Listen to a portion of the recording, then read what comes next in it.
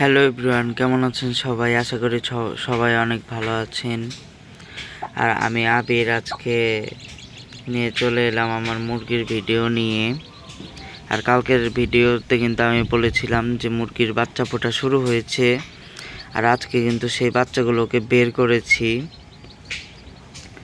ওর মা যেন একটু হাঁটাচলা করতে পারে তার জন্য একটু ছেড়ে দিয়েছি, যেহেতু শীতের দিন। এখন কিন্তু এইভাবে ছাড়াটা ঠিক হয় নাই। ওই 5-10 মিনিটের মতন একটু ছাড়া থাকবে, যে বাচ্চাগুলোর হালকা শীত লাগছে। আমি একটু রোদের মধ্যেই বসিয়ে দিয়েছি যাতে তেমন সমস্যা না হয়।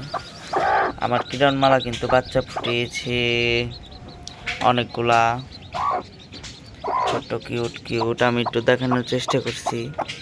এই যে এখানে 12টা বাচ্চা আছে, প্রায় 6টার মতো একটু কালো কালো হয়েছে। যে কালো হয়েছে প্রায়, যে তিনটা, এই তিনটে একটু কালো কালো, আর এই দুইটা হবে খয়েরি কালারের মধ্যে। আর এইগুলো কিন্তু সবগুলোই লাল। তারপরে যে এটা বড় হয়ে সাদা সাদা দেখা গেলেও পরে হলুদ হয়ে যাবে, জ্বর মতো একটু ঘিয়া ঘিয়া কালার বা হলুদ কালার হয়ে যাবে। এটা একটু একটু সাদা হবে, মায়ের মতোই হয়েছে সবগুলো প্রায়। যেহেতু অন্য মুরগিরও ডিম ছিল, এটা একটু সুরমা সুরমা কালার লাগতেছে, যেহেতু আমাদের সুরমা মোরগ আছে। এই বাচ্চাটা একটু ইউনিক কালার লাগতেছে আমার কাছে।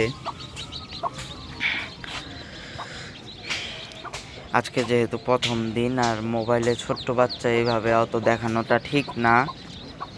এর আগেও আমার অনেক মুরগির বাচ্চা এইভাবে দেখিয়ে সমস্যা হয়েছে। আসলে এই বদনজর জিনিসটা আমি আগে বিশ্বাস করতাম না, কিন্তু এখন ইদানিং একটু একটু বিশ্বাস করি। এটা আসলেও সত্যি।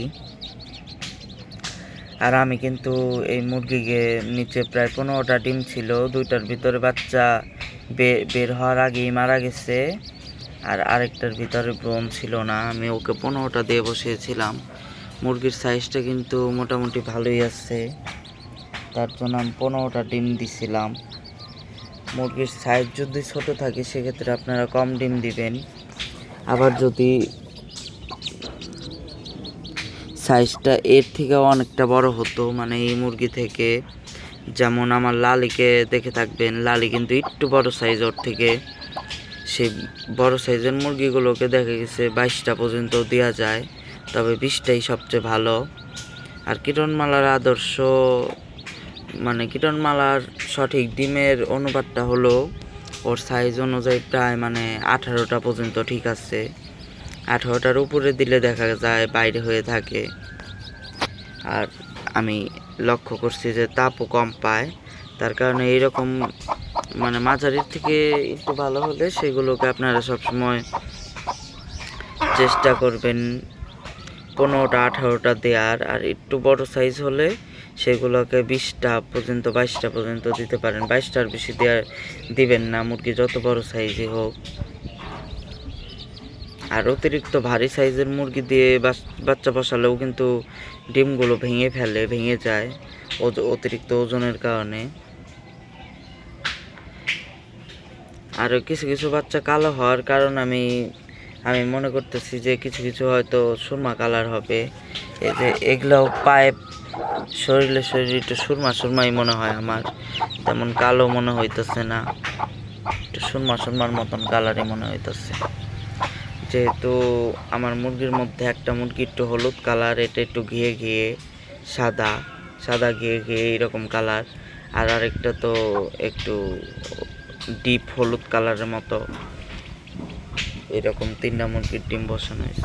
তা মোটামুটি ভালোই বাচ্চা আসছে, একদম খারাপও আসে নাই। আর আমি ওদেরকে কিন্তু স্টার্টার ফিড খেতে দিয়েছিলাম, খাঁচাতেই রাখছিলাম এতক্ষণ। এখন একটু বার করে দিলাম। আমাদের কিরণমালা বাথরুম পটি করলো একটু আগে। খাঁচাতে কিন্তু পটি করতে চায় না, কারণ বাচ্চার সাথে রয়েছে, যদি পটি করে বাচ্চার গায়ে লাগবে সেটা ভেবেও পটিটা করে নাই।